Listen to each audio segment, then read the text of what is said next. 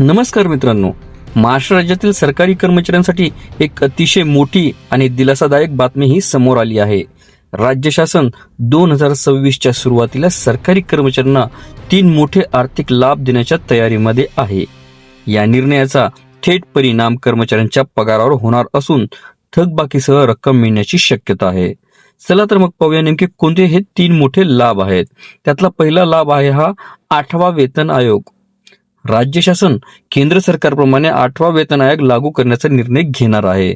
हा लाभ 1 जानेवारी 2025 पासून लागू केला जाणार असून प्रत्यक्ष वेतन लाभ सप्टेंबर 2028 पर्यंत टप्प्याटप्प्याने मिळू शकतो. पण काळजी करू नका, थकबाकी आणि फरकाची रक्कम नंतर निश्चितपणे दिली जाणार आहे. त्यानंतरचा आहे दुसरा मोठा लाभ. दुसरा मोठा लाभ कोणता आहे तो महागाई भत्त्यातील वाढ. राज्य सरकारी कर्मचाऱ्यांसाठी महागाई भत्ता थेट 58% वाढवण्याचा निर्णय घेण्यात आला आहे.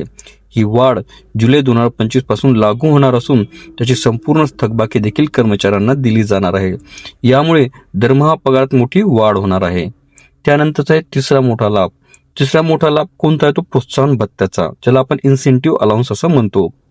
आदिवासी आणि नक्षलग्रस्त भागात काम करणाऱ्या कर्मचाऱ्यांसाठी प्रोत्साहन भत्त्याचा मोठा निर्णय घेण्यात आला आहे. वित्त विभागाने दिनांक 8 डिसेंबर 2025 रोजी एक परिपत्रक जारी केले. मूळ वेतनाच्या 15% प्रोत्साहन भत्ता हा देण्यात येणार आहे. किमान 200 ते कमाल 1500 रुपयापर्यंत हा प्रोत्साहन भत्ता असणार आहे.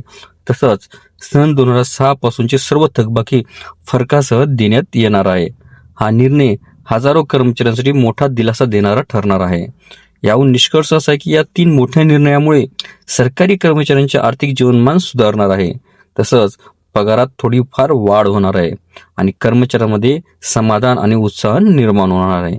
अशाच महत्त्वाच्या सरकारी अपडेट्ससाठी GR बातम्या आणि वेतनवाढीच्या माहितीकरिता चॅनलला सबस्क्राईब करा, व्हिडिओला लाईक करा आणि आपल्या जवळच्या लोकांना शेअर करा.